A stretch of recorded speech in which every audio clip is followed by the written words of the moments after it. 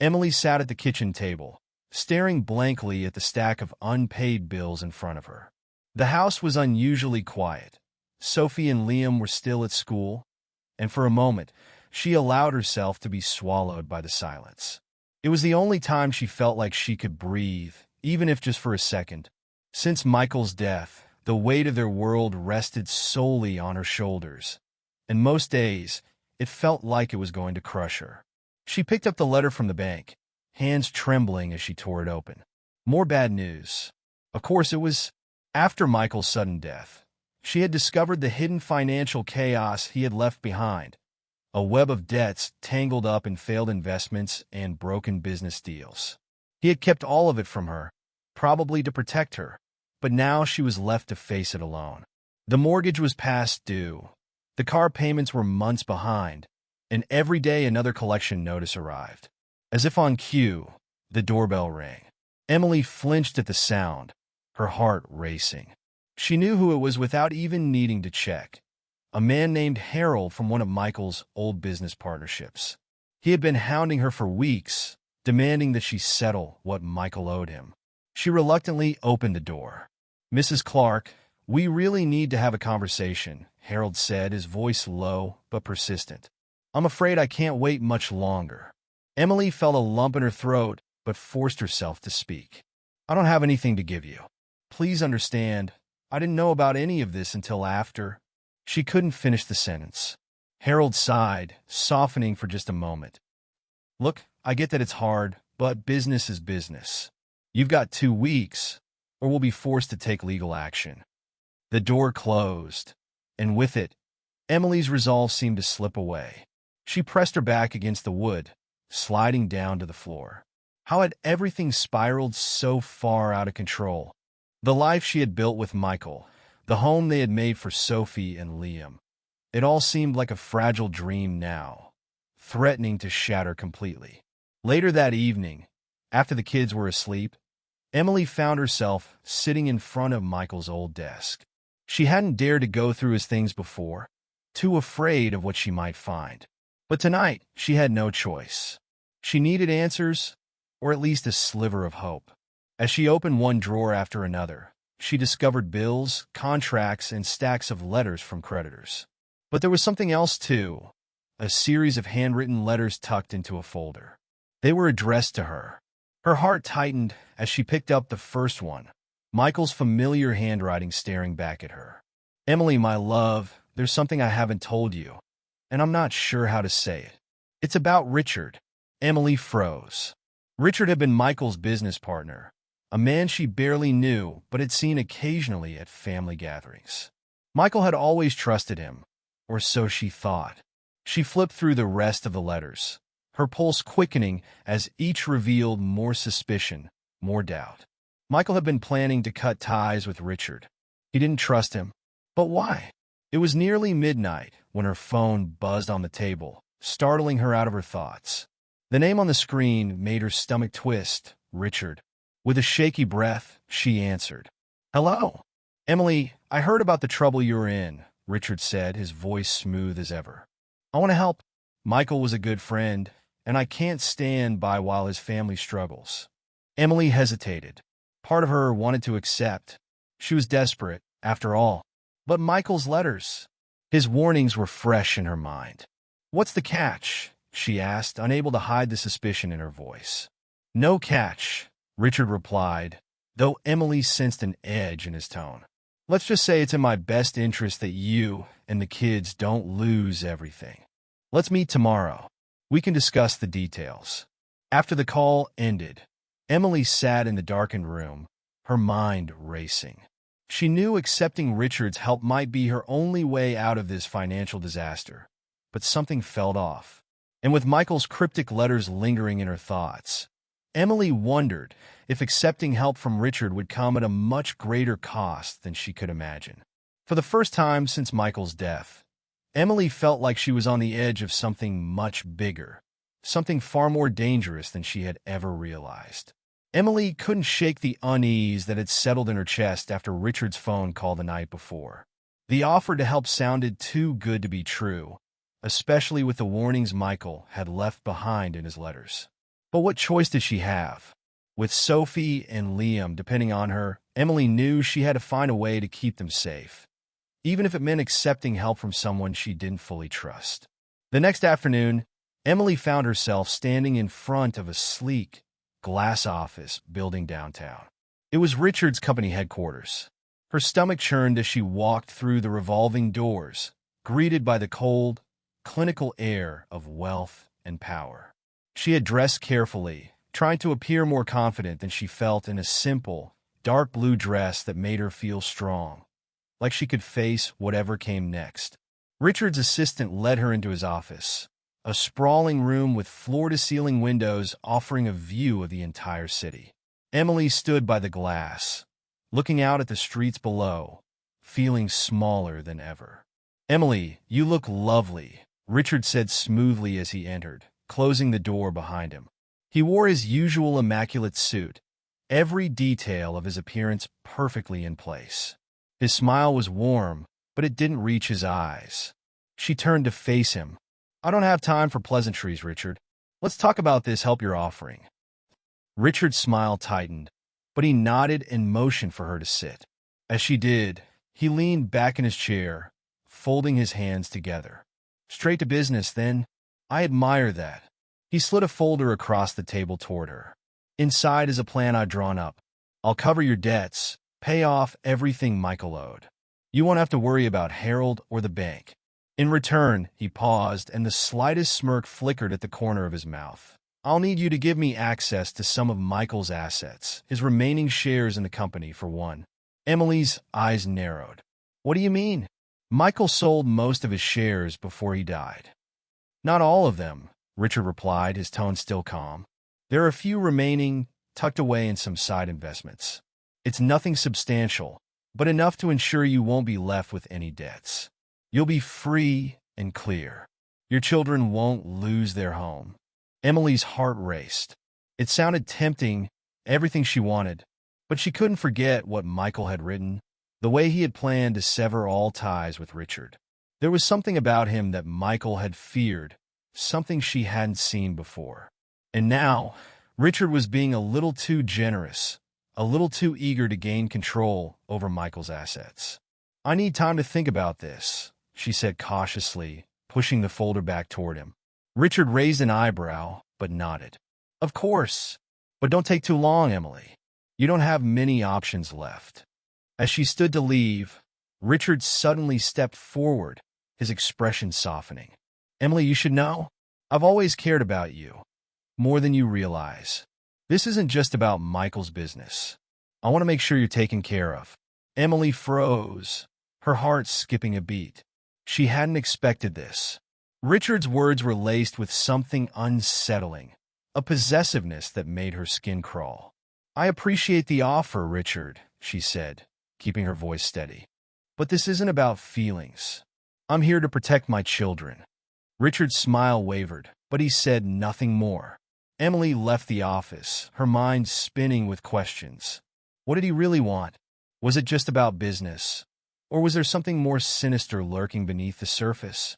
Back home, Emily sat down at the kitchen table, staring at the stack of papers Richard had given her.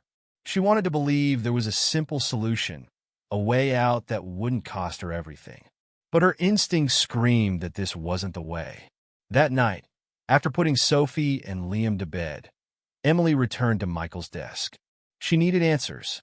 She had read some of the letters, but there were still more, pieces of a puzzle she hadn't yet put together. As she rifled through the papers, her hand brushed against something taped beneath one of the drawers. Her breath caught as she pulled out a small USB drive, hidden from plain sight. It wasn't labeled, but Emily had a feeling this was what Michael had been trying to protect. She plugged the drive into the computer, her heart pounding in her chest.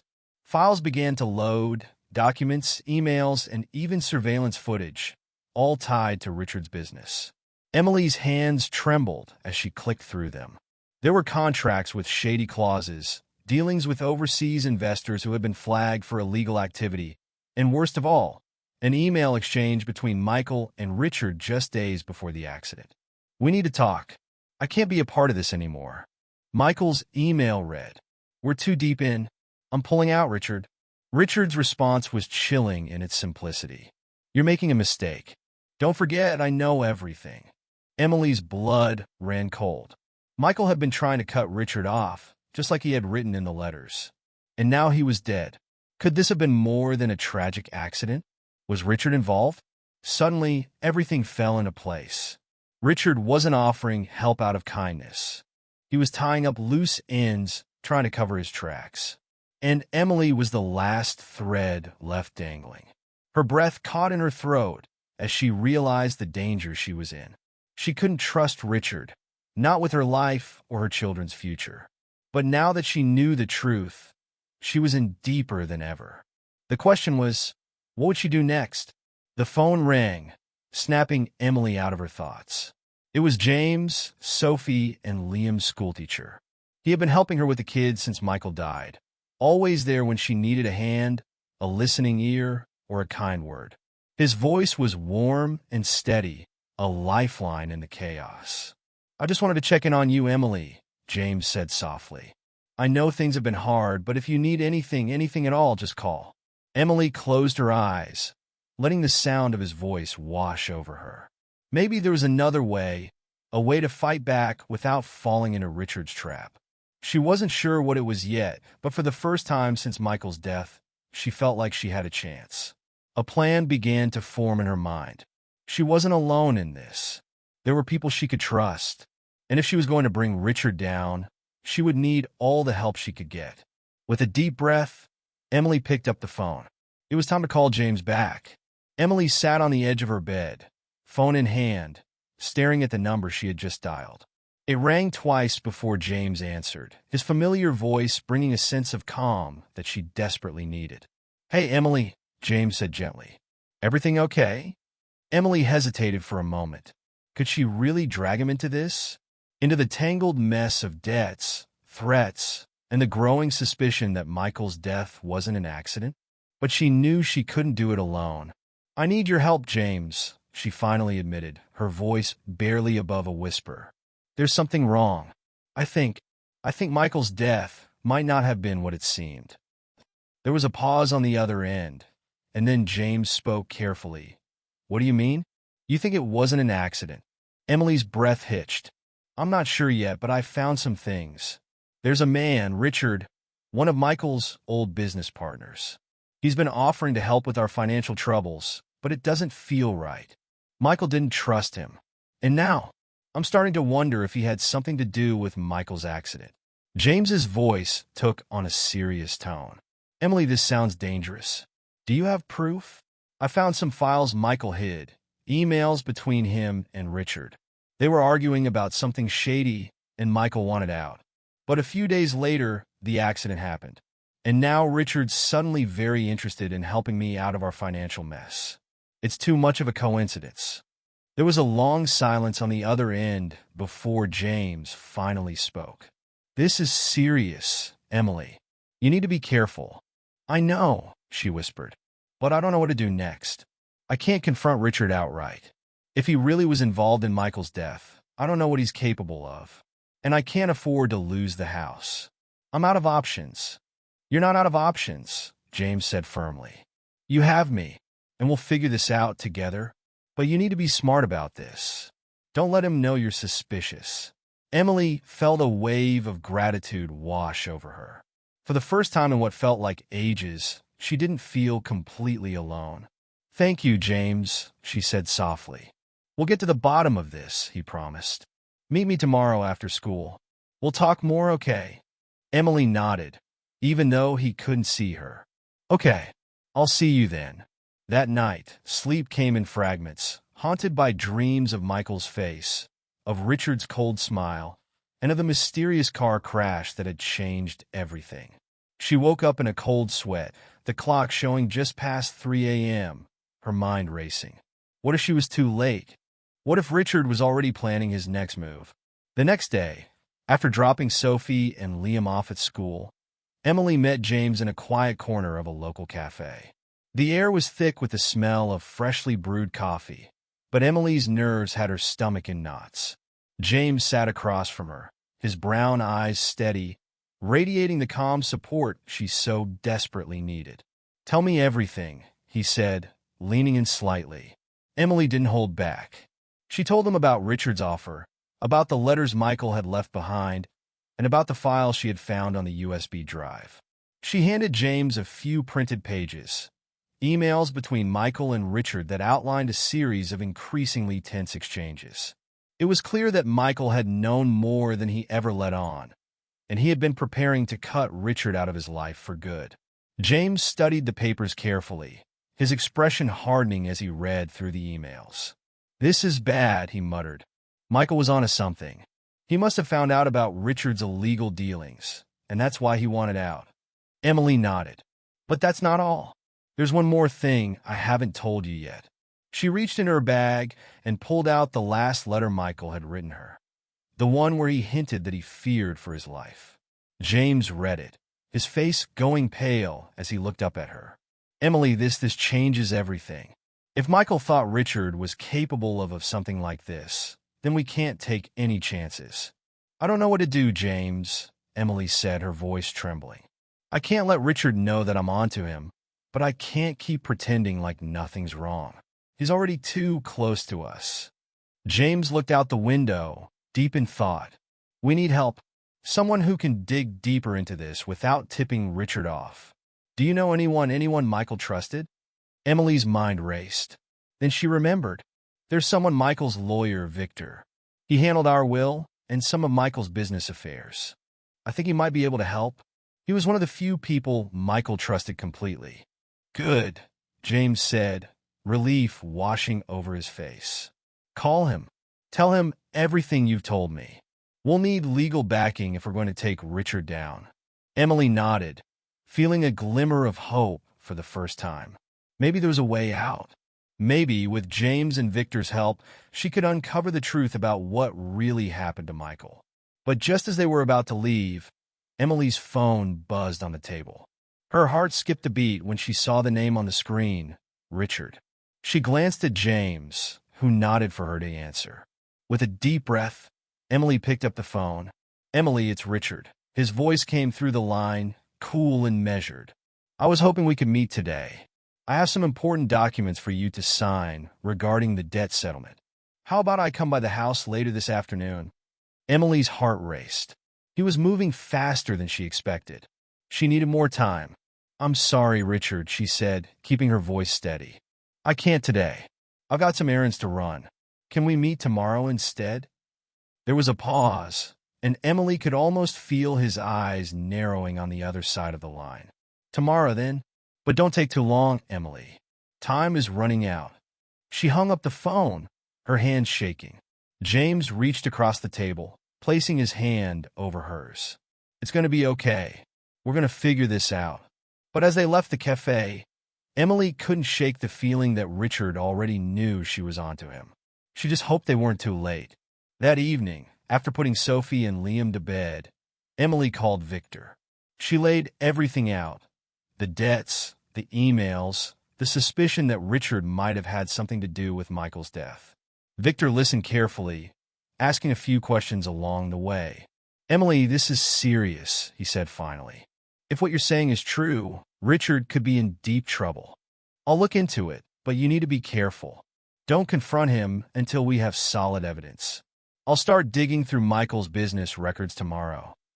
"Thank you, Victor," Emily said, feeling a small weight lift off her shoulders.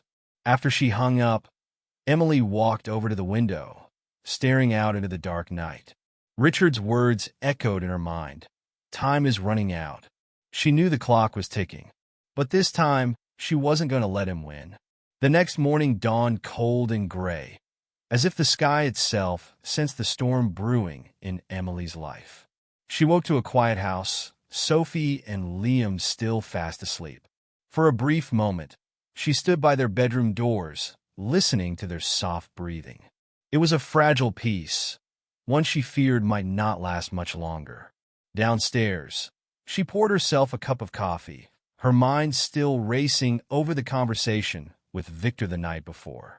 He had promised to start digging into Michael's business dealings, but they both knew it would take time to untangle the mess. Time was something Emily didn't have. Richard was growing impatient, and she couldn't shake the feeling that he was already closing in. Just as she sat down at the kitchen table, her phone buzzed.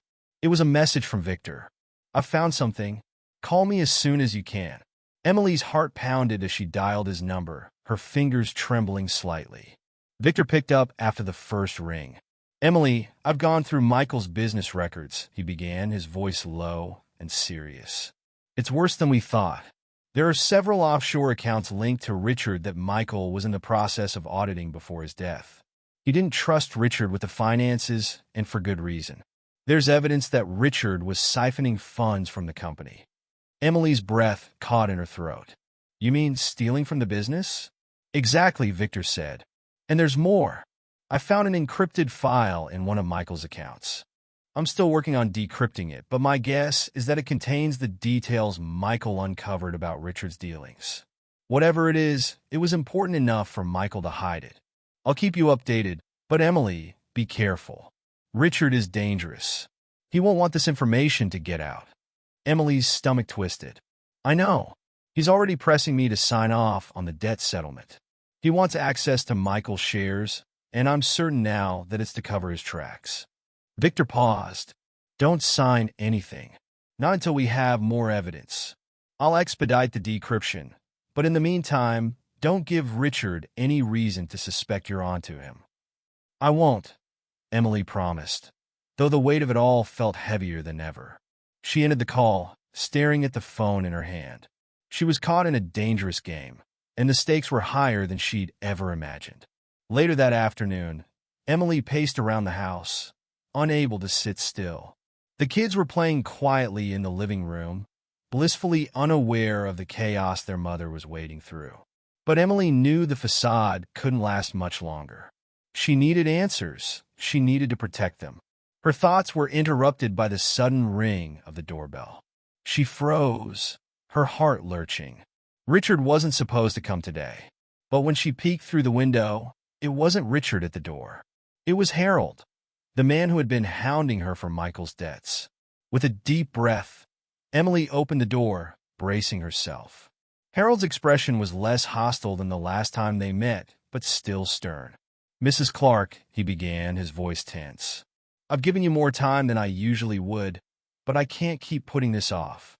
If the debts aren't settled soon, we'll have no choice but to move forward with the legal process." Emily nodded, her mind racing. She needed a stall. "I understand," she said quietly. "I'm working on securing the funds. Please just give me a little more time." Harold's brow furrowed. "How much time are we talking?" "A few more days," Emily said, the words rushing out before she could stop them. "I've got someone looking into some of Michael's accounts. There may be assets we can use to cover the debts." Harold stared at her for a long moment, clearly weighing his options. Finally, he sighed. "All right, but that's all I can give you. A few more days. After that, my hands are tied." He handed her a document outlining the terms of the debt and left without another word. Emily stood in the doorway, watching him drive away, her heart pounding in her chest. She had bought herself a little more time, but she knew it wasn't much.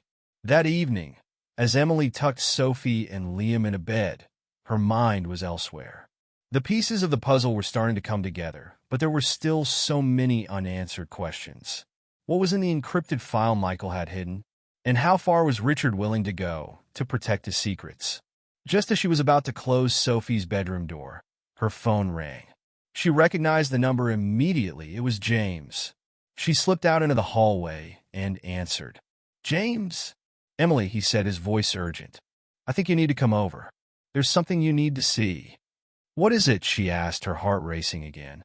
"It's about Richard," James said. "I overheard something today at school. One of the parents, he works in finance, was talking about Richard. There are rumors going around that Richard has been pulling some shady deals recently. Big ones. If this gets out, he could lose everything." Emily's stomach dropped. How did they know? They didn't mention Michael directly, but they said Richard's been scrambling to cover up some major losses, James continued. If that's true, it might explain why he's so desperate to get his hands on Michael's assets. He's in deeper than we thought.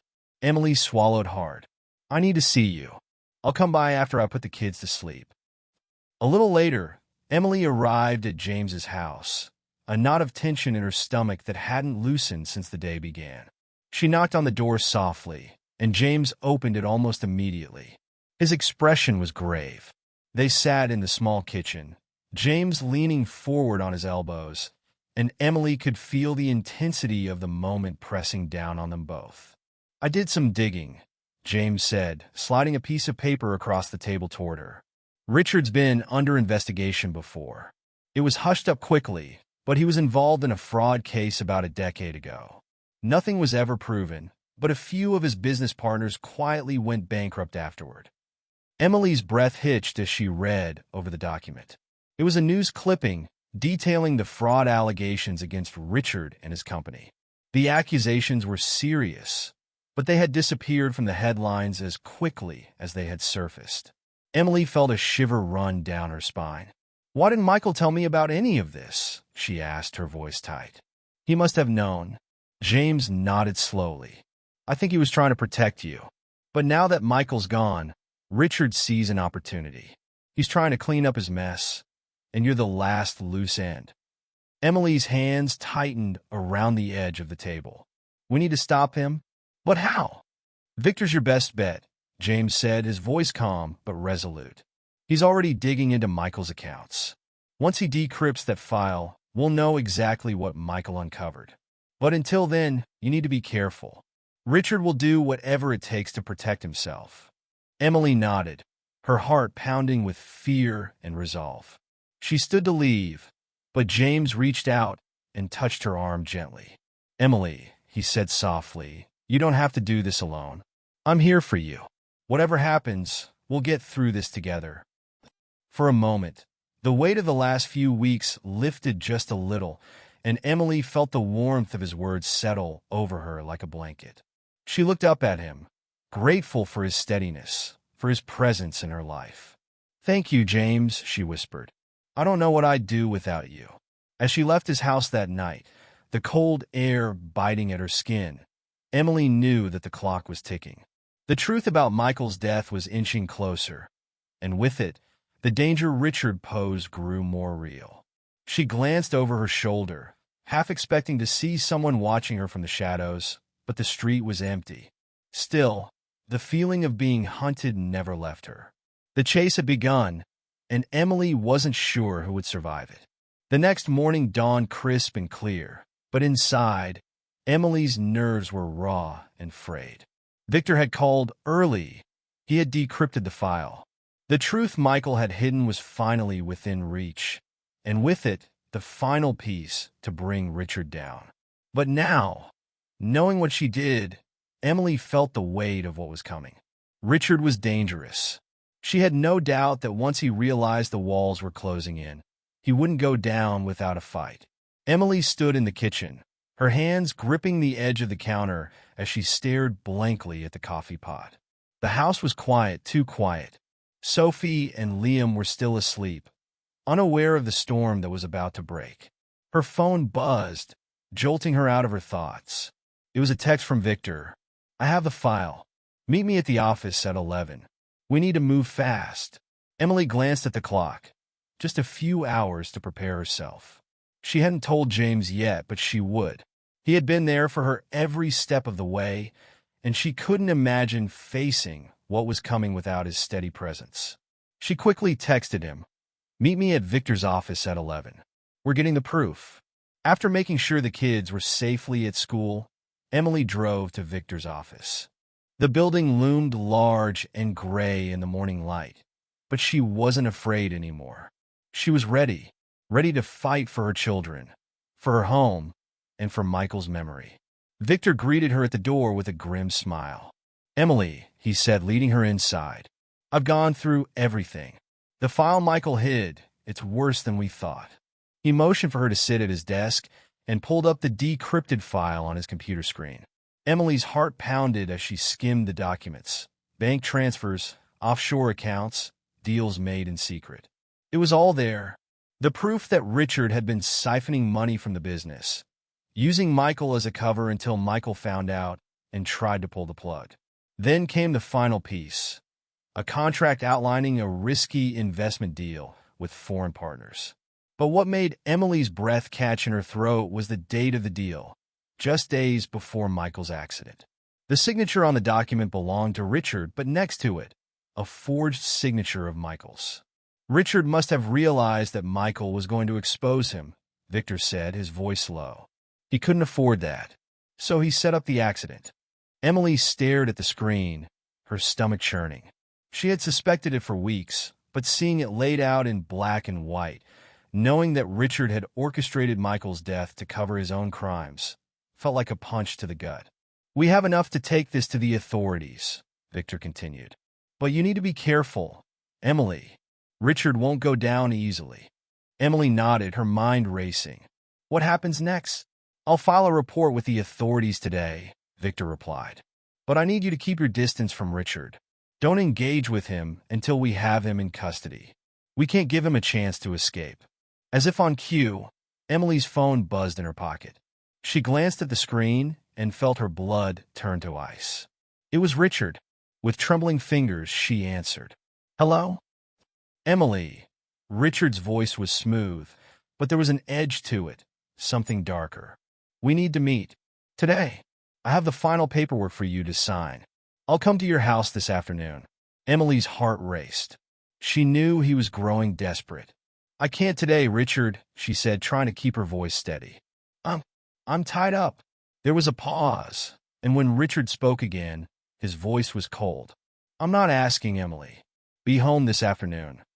The line went dead. Emily's hands shook as she put the phone down, her pulse roaring in her ears. "He knows," she whispered. "He knows something's wrong." Victor's expression darkened. "You need to leave. Now. Don't go home. Take your kids and stay somewhere safe until we have him." Emily didn't need to be told twice. She grabbed her things, her mind racing with plans. But just as she was about to leave, James arrived, his face tight with concern. "What's going on?" he asked, his eyes searching hers. "Richard is coming for me," Emily said, her voice barely above a whisper. "He knows we're onto him." James's expression hardened. "I won't let him hurt you, Emily. We'll figure this out." That afternoon, Emily and the kids were safely hidden at a friend's house across town, far away from the home she had shared with Michael. James had insisted on staying with her, his presence a calming anchor in the chaos. But despite the warmth of the cozy living room and the children's laughter from the next room, Emily couldn't shake the tension coiling in her chest. It wasn't over yet. Her phone rang again. This time it was Victor. "We've done it," he said. "The authorities have enough evidence, and they're moving in on Richard now. He won't be able to run." Relief washed over Emily like a wave, but before she could respond, she heard it, the sound of tires screeching outside the house. Her heart lurched, and she rushed to the window just in time to see Richard's sleek, black car pulling up. "No," she whispered, fear tightening her throat. James was at her side in an instant. "Emily, what's wrong?" "It's him," she said, her voice trembling. "Richard. He's here." Without a word, James grabbed his phone and called the police, while Emily quickly ushered Sophie and Liam upstairs, their innocent questions filling the air. "Mommy's just playing a game," she lied, her voice shaking as she tried to smile for them. Downstairs, James stood at the door, blocking the entrance. Emily could hear Richard pounding on the door, his voice low and menacing. "Open up, James," Richard shouted. "I know she's in there." But James stood firm, his body rigid. "You're not coming in, Richard. It's over." The police arrived minutes later, flashing lights illuminating the dark street. Emily watched from the top of the stairs as officers surrounded Richard, who was screaming at them to let him go, to let him see Emily. But it was over. The police had him in handcuffs within moments, and as they dragged him toward the waiting squad car, Richard's eyes found Emily's through the window. His expression was wild, desperate, and filled with hatred. For a moment, Emily felt a shiver of fear. But then she remembered Michael's strength, the love they had shared, and the quiet resolve she had found since his death. She wasn't afraid anymore. That evening, After the dust had settled and the house was quiet once again, Emily sat on the couch, her hands still shaking from the adrenaline. James sat beside her, his presence steady and calming as always. "It's over," he said softly, his hand resting gently on hers. "You did it, Emily." Emily looked at him, her eyes filling with tears. "We did it," she corrected, her voice thick with emotion. "I couldn't have done any of this without you." James smiled, his eyes warm and full of something Emily hadn't realized she needed until now. "Hope. I'll always be here for you, Emily. Whatever comes next." As the night closed in, Emily finally allowed herself to breathe. The danger was gone. The man who had torn her life apart was behind bars. And for the first time since Michael's death, she felt like she could move forward. With her children safe and the weight of the past lifted from her shoulders, Emily knew that she was no longer just a widow struggling to survive. She was a mother, a fighter, and a woman who had found her strength in the darkest of times. And as she looked at James beside her, she realized something else. She was ready to embrace a new future, one built on trust, love, and the hope that no matter how hard life got, she could always find her way back to the light.